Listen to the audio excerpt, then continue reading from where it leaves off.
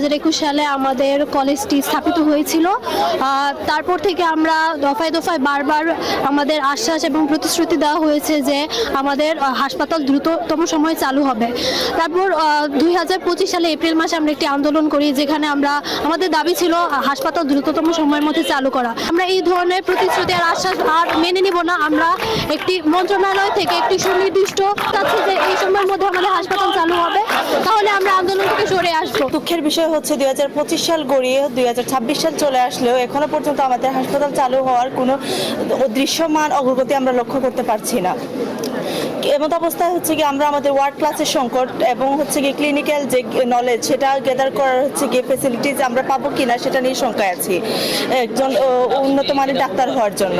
তাই হচ্ছে গিয়ে আমরা চাই যে যত দ্রুত সম্ভব হসপিটাল চালু হোক এবং হচ্ছে গিয়ে আমাদের একাডেমিক কার্যক্রম বা হচ্ছে গিয়ে একাডেমিক যে টিচারদের সংকট রয়েছে সেই সংকটটা যাতে তাড়াতাড়ি পূরণ হয় সেই আশাই আমরা ব্যক্ত করছি। আমাদের শিক্ষাগত যে সুযোগ সুবিধা, যথাযথ শিক্ষকদের যেই সুযোগ সুবিধা, যথাযথ শিক্ষক নেই এখানে, এইসব যে ভোগান্তি, একাডেমিক যে ভোগান্তি, এইগুলাতে আমরা ফেস করতেছি। আমার পিছনে যে মেডিকেল আপনারা দেখতে পাচ্ছেন, এটা হচ্ছে মেডিকেল কলেজ হসপিটাল। এটা হচ্ছে সুনামগঞ্জ মেডিকেল কলেজের হসপিটাল বিল্ডিং।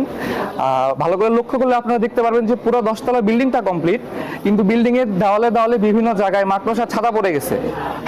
অর্থাৎ একটা পুরো বিল্ডিং কমপ্লিট, কিন্তু একটা বিল্ডিং এর যে মেইন উদ্দেশ্য বা মেইন কাজ, যে যেখানে সেখানে রোগীরা আসবে, চিকিৎসা পাবে এবং মেডিকেল কলেজের শিক্ষার্থীরা এখানে জ্ঞান অর্জন করতে পারবে, সেটাই এখানে সম্ভব হচ্ছে না। তাহলে এই 10 তলা বিল্ডিং যে বানায় রাখছে, তাহলে এটার কাজটা কি, এটার লাভটা কি, এটার উদ্দেশ্যটা কি?